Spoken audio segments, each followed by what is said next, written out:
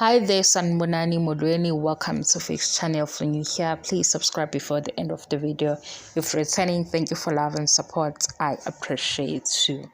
Kwi-episode esibukile recent episode of Uthando Nesithembu kube nendawo la usine ethi khona uMangwabe noMakhumalo abamthandi, angazi noma uthi abathule yini ingalesikhathi bazikhiphile bewumndeni kuvela indaba yokuthi uSine usekwazile ukushintsha isibongo abe umseleku. Emva kwalokho ubaba umseleku usekhuluma-ke noMacele ukuthi uke wahlala noSine phansi wakhuluma nazi izinto ezivelayo. So uma umseleke ekhuluma ngalokho uSine wangajabula, wadikila, bazama ukungenelela amanye amakhosikazi. uSine sekuzwakala ethi vele uMakhumalo noMangwabe abathule, ngicabanga ukuthi usho njalo, ngoba bona abamthandi, uma yena ngeke aze amfake. Kodwa nje uSine ubili bacasukele bonke. Ngiyazi ukuthi leyo phathi social media kuyakhulunywa ngayo, baningi abakhuluma ngayo. Ngizothimela lento esho uSine kubantu ababuka Uthando Nesithembu from season 1 beze befike ku season 7. Akuyona into entsha, umehluko ukuthi manje uSine oyikhulumayo, kodwa ke noma ikhuluma uSine kunoBhat. Sizofika-ke kuBhat. uMacele uthathe uthando ingane yaSine yokuqala intombazane, wamthatha kunesimo esingesihle phakathi kababa umseleku nomndeni kaSine, ugogo kaSine. Ngoba umseleku wayiveza leyo nto eze esho nje ukuthi yena akamamukeli uthando. Wathi uMacele yena akazongena kulezo ezemndeni ewu-2, uzohlala nengane. So ngoba lena ingxenye yabo yempilo bayiveza ku-TV, asiboni kukhona indawo la omunye wamakhosikazi ngwabala omathathu-ke manje bebuza kuMacele ukuthi kwenzakalani ngothando, isimo sinjani, because ekugcineni kwakho konke bazokwazi ukuthi khona uthando, angithi bashade nobaba umseleku bonke. Bazokwazi futhi ukuthi uthando uhleli noMacele ngaphansi kwalesi simo, kodwa asaze siyibone leyo phathi. Sayibona iphathi yamamkhulu esho ukuthi ayikho into yena azoyenza, into ehlangene nothando uzoyenza yonke. Uma kuwukuthi kufanele kuphume imali yakhe ephaketheni, kuphuma imali yakhe ephaketheni, umseleku maye emncisha imali, kodwa uthando uzomenzela izinto futhi nje uzomthatha njengengane yakhe. Ake sithi-ke umseleku mhlampe for 3 months, siyenza nje isibonelo, wathula-ke nale ndaba, bangazi ukuthi uthando usehlala noMacele, ngaleso sikhathi bebengekho close ngaleyo ndlela noMacele ukuthi bebuze ukuthi kwenzakalani ngothando. Ngizama ukuvezela lento eshow uSine ukuthi hhayi ukuthi ayibonakali, iyabonakala kwi-show, kodwa ukuthi isikhathi uSine asho ngaso sibukeka si-calculative, kubukeka manipulative, ngoba manje ngesikhathi efuna ukuthi asolwe yena ugijima ngale eceleni uthi vele abangithandi. Angisho futhi ukuthi u-right, ukuthi nje mina ngifuna ukuvezela ukuthi ma uyibukisisa kahle show lento ukuthi abamthandi, bathanda iy'ngane zabo kuphela.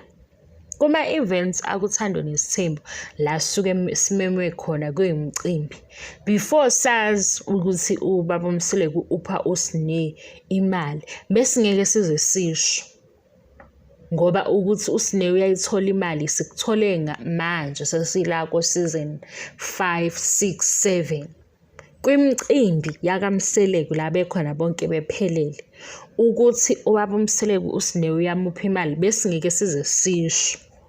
Mhlambe futhi nabo bebengaboni isidingo sokufihla lokho okungabonakali, ngoba uma ubheka uSine ungathi hayibo usiswa kamakhelwane, kanti firstborn kababa umseleku. Ngiyadlula-ke lapho. 3, uSine usekhulumile noMacele udaba olukhulu, udaba engicabanga ukuthi nje wonke umuntu wesifazane liyamphazamisa. Iyiphi episode la uMakhumalo noMangwabe noMayeni abahlale khona noSineya babuza ukuthi manje njengoba sekunje senze njani-ke ukukusiza as abazali bakho, thina senze njani? Ningitshele mangakafiki kuyona ukuthi ngigcine ku-season 3 kuma-previous seasons. Ngisaku-season 3 angazi-ke mhlawumpe ukuthi ku-4 ngoba ngakawuqedi ikhona yini episode la uMakhumalo noMangabe noMayeni ezomama ezabantu besifazane behleli noSineya bembuza ukuthi manje ngoba kukanjena siyaxolisa ukuthi lokhu kwenzekile uyingane singenze njani ukukusiza, khona ufisa ukuthi mawusizwa kube kanjani, ufisa ukuhamba nobaba wakho mawuya ku-therapist noma singakuphelezela, senze njani Sineya ukukusiza? Ni-comment la ukuthi beku-episode bani, kuyiphi season, siyadlula lapho.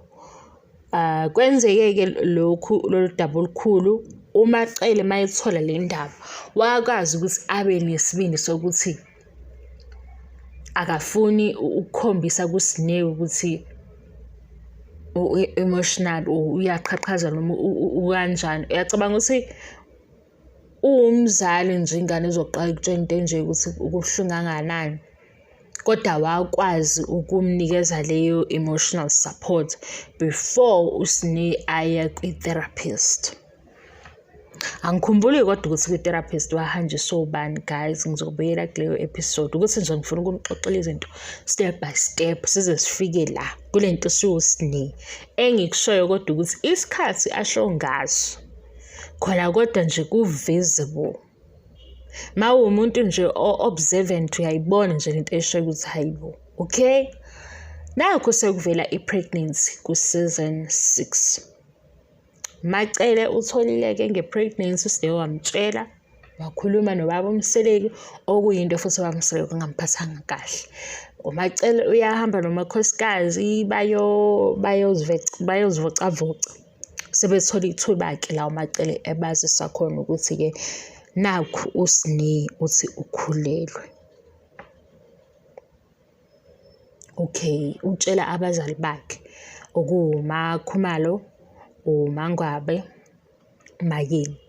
Uthi-ke uMayeni njalo uyakhuluma noSineya ngalezi ndaba. Uyakhuluma naye ngale ndlela ukuthi uSineya kwesinye isikhathi uze embalekele, kodwa nje uhleze ekhuluma naye, ukukhuluma ngendlela ukuthi uyamcacisela ukuthi nawo amanye ama-options akhona ukuze Sineya ungakhulelwa. Kusho uMayeni kuphela lokho.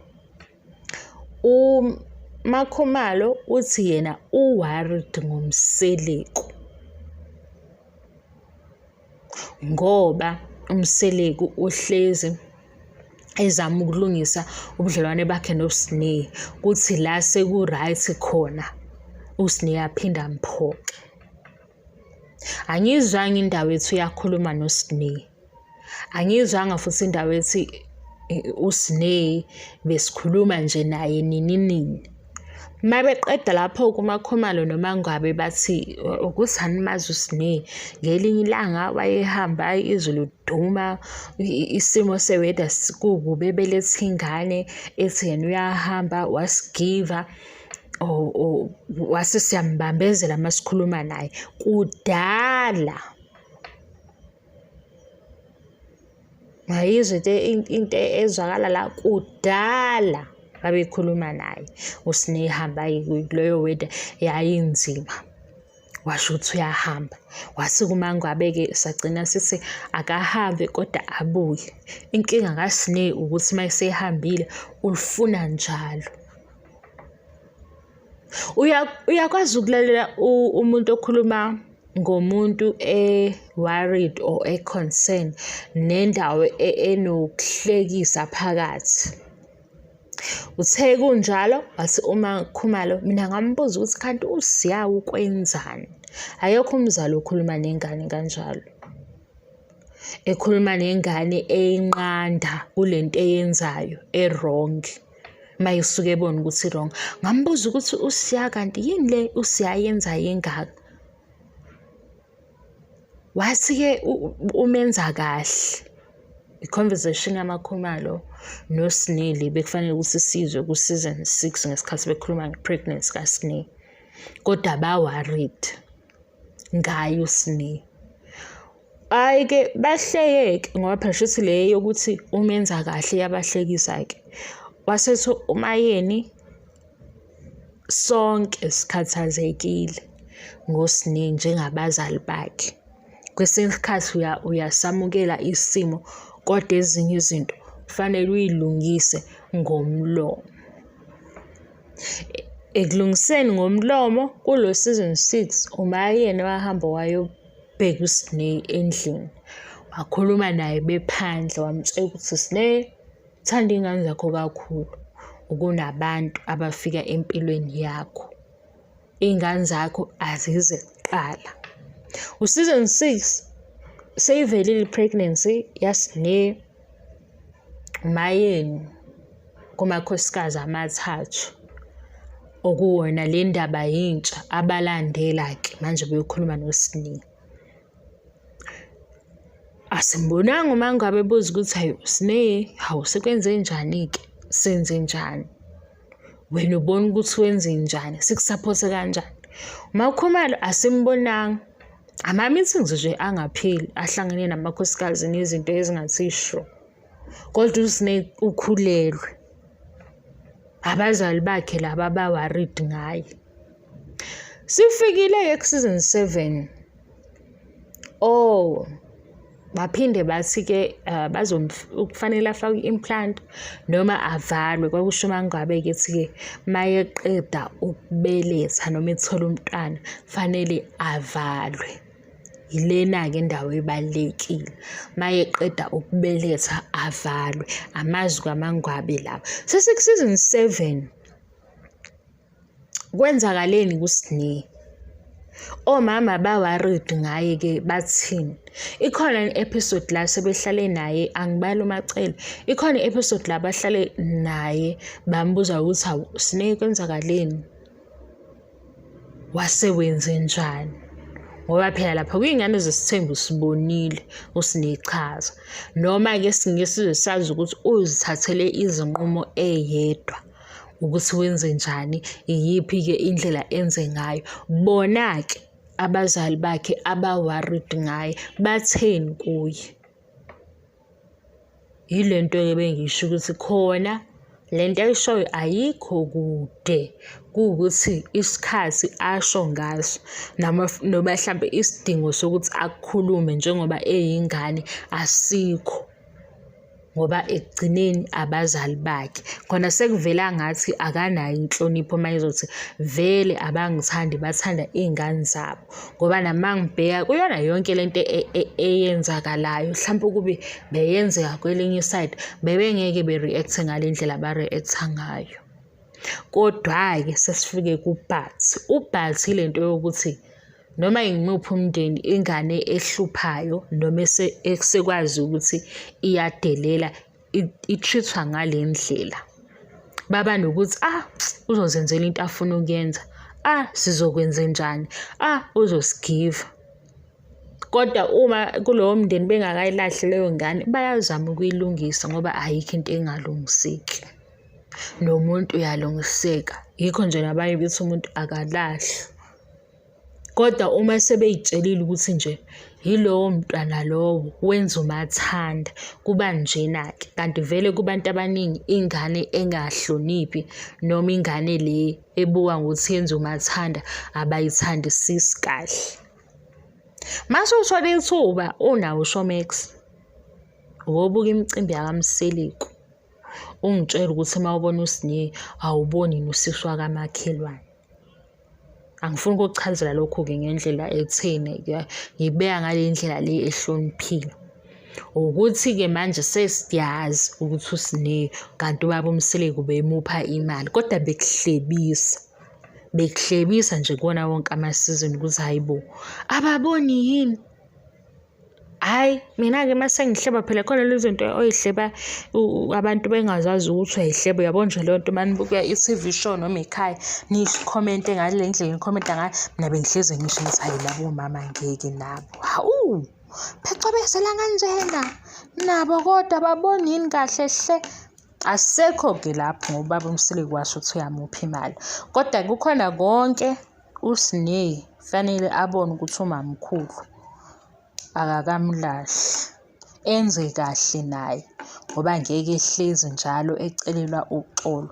Uma edinga usizo akhulume ukuthi udinga usizo, noma hlampe-ke akaboni yena ukuthi uyaludinga usizo. Sengathi bengabona-ke beshaye-ke nabo beke bemyise kulezi ndawo okuyiwa kuzona koma-therapist, zonke nje iy'ndlela ukuze naye into ayenzayo ayiqonde, ngoba la bantu ahambe bafonele eceleni mhlampe bafuna khona ukuthi ubaba wakho unemali, bafuna yona leyo mali leyo, ngoba zikhona iy'gebengu zabafana.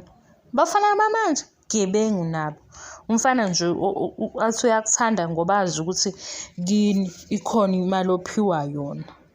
Angisho ukuthi i-boyfriend yaS'Ney yenze njalo, kodwa sengiyasho nje ukuthi naye njengoba iy'ngane zambili, hhayi akayibone into ayenzayo ukuze naye uma esemdala ayozenzela izinto ngokwakhe, ngoba labaya ngeke bevume ukuthi aphiwe imali laba abalandela uMsile kwakusasa. Angithi bayaxabana nje manje. Omunye uthi, hawu babangani babanguMsile kwakusasa, wena ubona ingane le enithi nina yena uSithupethu waseWoolies, bona-ke babona uMsile kwakusasa. Ayobe bavala amehlo ethi thanda nazi iy'moto, babona lokho. Ayisivale le video-ke siye eceleni-ke manje. Bengisho lokho ukuthi khona akakhulumi into ongathi ayikho emehlweni abantu ababuka ishow kusukela iqala, kodwa besingekho isidingo sokuthi akusho lokho, njengoba nabo uma bekhuluma bayasho ukuthi kudala sakhuluma noS'Ney, bakhuluma naye kudala, ngoba phela ukube ngempela nabo bayabona ukuthi sikhona isikhalo esikhona, mhlampe abantu ababuka ishow bazobabuka ngale ndlela, bebezoyicela i-episode la bavela khona bekhuluma noS'Ney. Ayikho, kodwa ngingagcizeleli ukuthi ayikho, mhlampe ikhona ngakayiboni. Nabo njengoba belandela nje ishow nokuthi abantu baphawula kanjani, kwezinye iy'khathi beze besiphendule nako-social media, bebezosibona isidingo sa-5 minutes bekhuluma noS'Ney. Sibone ukuthi hhayi, asisho ukuthi akwenzeki, phela sikhuluma nge-script, sikhuluma ngalokhu i-TV esivezele khona. Yikho ngisho ukuthi bebeyosibona isidingo kuzona zonke izinto abayivezayo ku-TV ukuthi nalena-ke ake niziveze nathi sikhuluma noS'Ney. Cha, angakakuboni, mhlampe kukhona. Ngiyabonga-ke i-support, ngiyabonga, angiqedi. Bye. Yeyi, laba abafikayo kule channel ngiyaxolisa, ngile ntombazane ebuye ihleke uma ikhuluma into ehlekisayo, njalo nje vele Nkosi yami angazi uzoyishintsha kanjani leyo nto. Uma ngikhuluma into ehlekisayo mina ngihleka kuqala kusesontweni kuphela la, hhayi-ke esontweni khululeka, angihleki-ke esontweni. Esontweni nje ngihlezi ngihlinile because ngithanda nokuhlala iy'ndawo ezingaphambili nabantu engingabajwayele ukuze ngingazohleka, kodwa nje ukuhleka hhayi, into engakwazi ukuyivimba. Khona-ke nje njengoba ngiza la ku-YouTube kusuke ngifana nokuthi nje ngihlebela nabangani bami, yikho ngihleka-ke ngoba nabo uma ngibatshela into ehlekisayo ngiyayihleka, kwesinye isikhathi ngigcine ngingayishongo beyicasuke. Manje angazi ukuthi le nto ilungisa kanjani, angazi ukuthi ngenze njani, yini engingayicabanga ingicasule mase ngiyakhuluma-ke ngingahleki. Hawu guys, ningixolele bakithi, ngiyabonga i-support, ngiyabonga, angiqedi. Bye.